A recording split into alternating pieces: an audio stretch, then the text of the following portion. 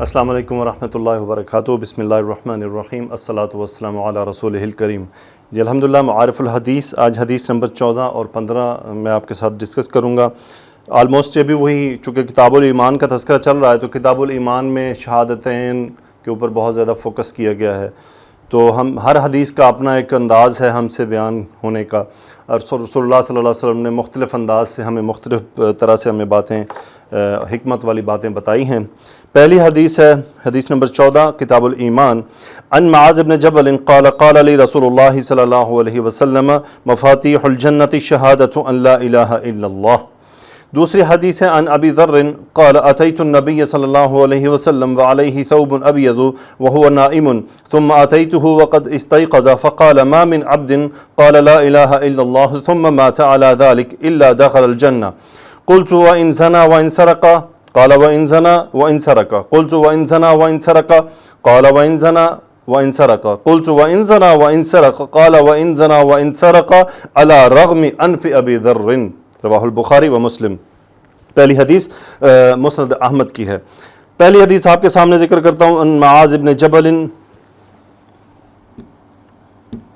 ان معاذ بن جبل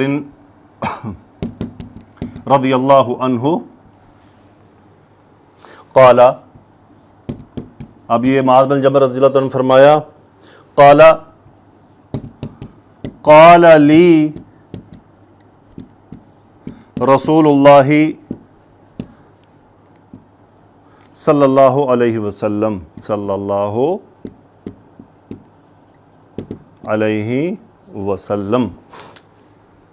مفاتیح الجنت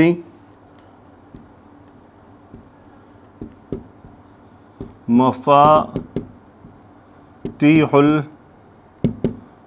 الجنت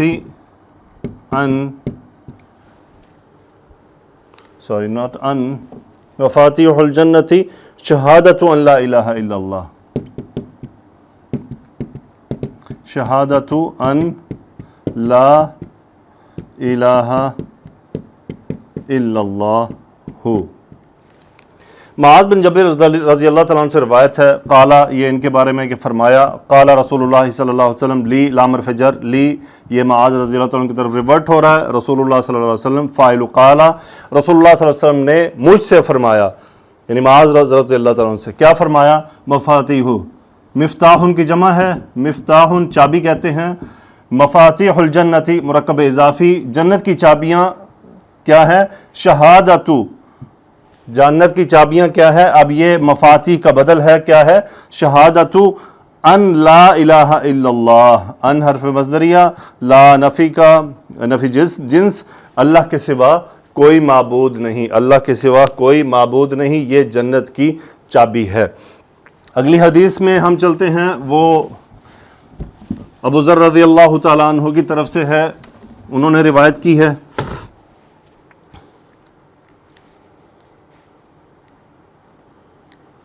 عن ابی ذر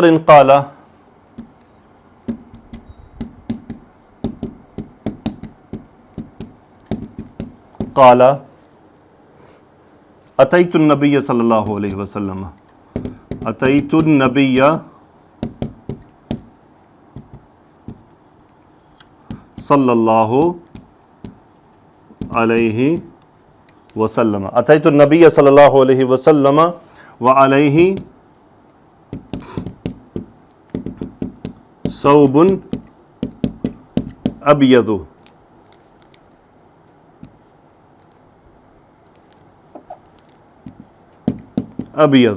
وعلیہ ثوب ابیض۔ ابی ذر رضی اللہ تعالیٰ عنہ سے روایت ہے، قالا، انہوں نے فرمایا، فعل ماضی، اتیتو حمزہ تا یا مادہ، آنا، اتیتو انا فاعل، فعل ماضی واحد مذکر حاضر کا صیغہ، اتیتو میں آیا، مفعول نبی صلی اللہ علیہ وسلم کے پاس، یہ واو حالیہ ہے، یعنی رسول اللہ علیہ وسلم کی سچویشن کیا تھی؟ علیہ ان پر، ثوبن کپڑا، ابیض یہ اس کی صفت، یہ موصوف یہ اس کی صفت مبتدا مؤخر، علیہ ثوب ابیض ان پر سفید کپڑا تھا، وہو نائم اور ان کی مزید کیفیت وہو نائم مبتدا خبر وہ سو رہے تھے، ثم اتیتہ وقد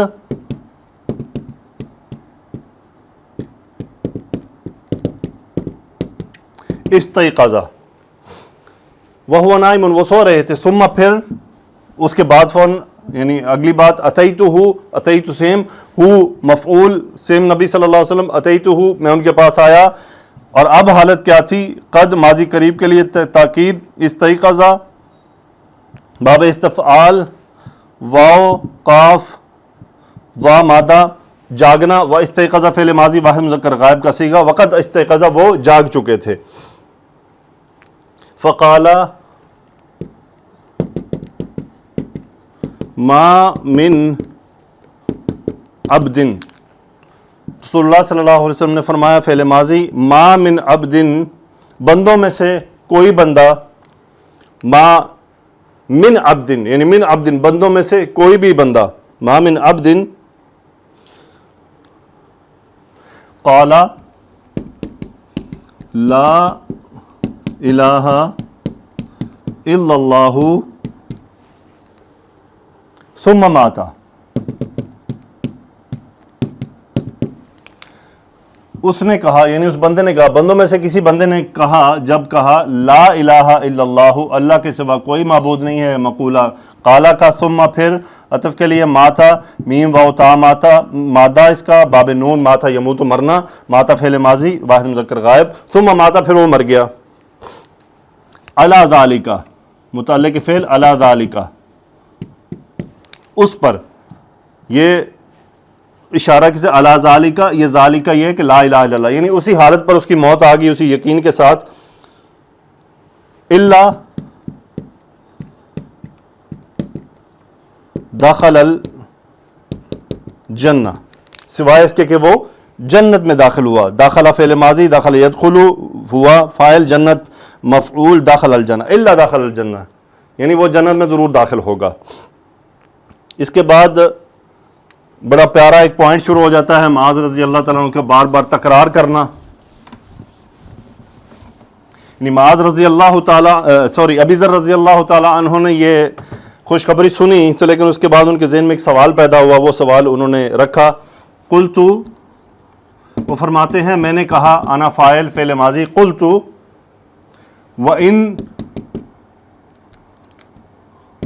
ان زنا وَإِن سَرَقَ،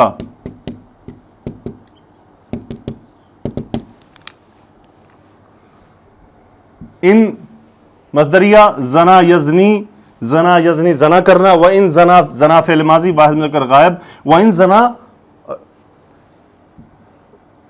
یہ ان شرطیہ ہے، ان زنا وَإِن سَرَقَ اگر اس نے زنا کیا، عطف وَإِن سَرَقَ، سَرَقَ یسرق چوری کرنا، اگر اس نے چوری کی یعنی اگرچہ اس نے چوری بھی کی اور زنا بھی کیا، یعنی آپ دیکھ رہے ہیں ان صحابی کی نظر میں زنا کرنا اور چوری کرنا کتنا بڑا جرم تھا کہ اس کے باوجود بھی وہ جنت میں جائے گا. قالا، رسول اللہ صلی اللہ علیہ وسلم نے جواب دیا، قالا وَإِن زنا وَإِن سَرَقَ، رسول اللہ صلی اللہ علیہ وسلم فرمایا، یعنی یہ بیسیکلی ہاں کی صورت میں ہے.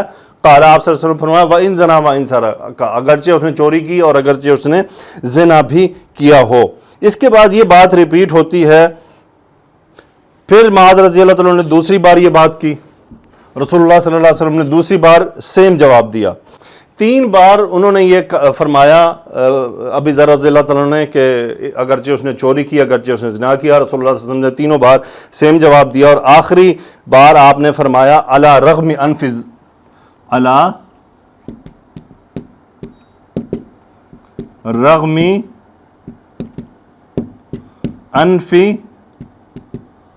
ابی ذر، علی رغم انف ابی ذر.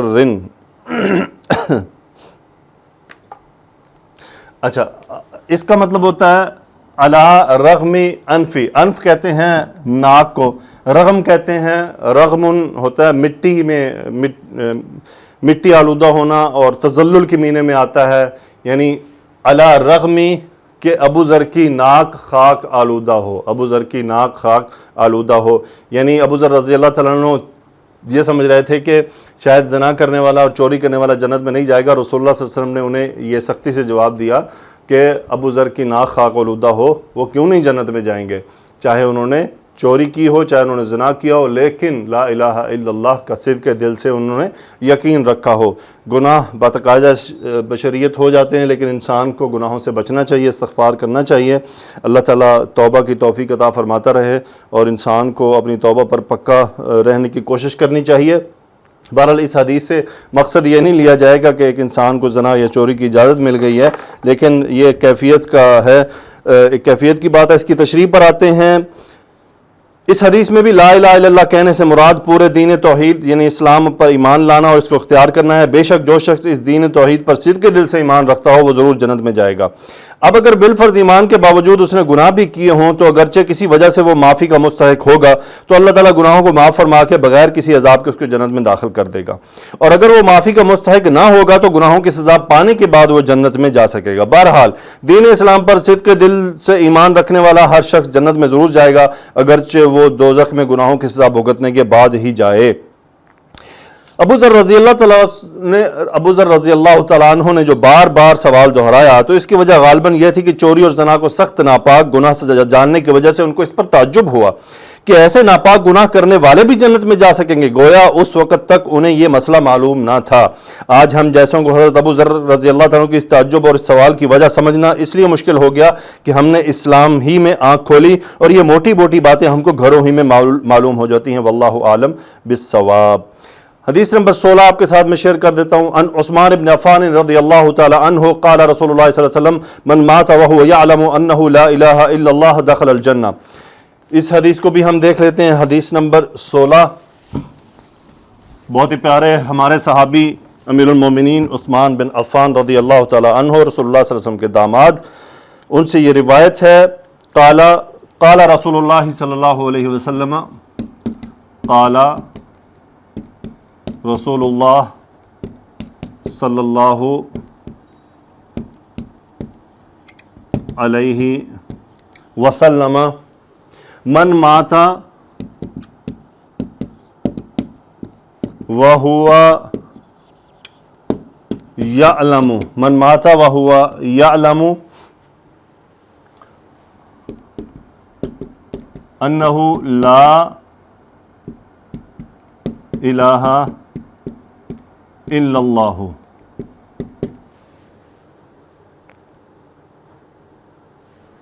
داخل الجنہ.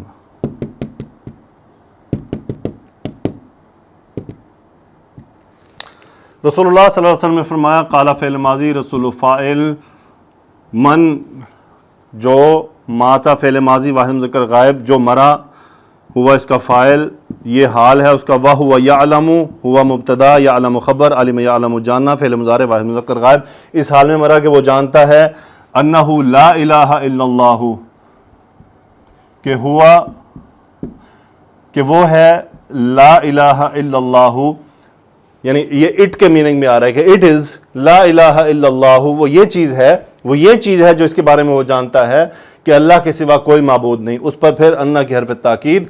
اب ہوگا کیا؟ داخل الجنہ، وہ جنت میں داخل ہوا، جنت میں داخل ہوا. داخل یدخل فعل ماضی الجنت منصوب مفعول داخلہ.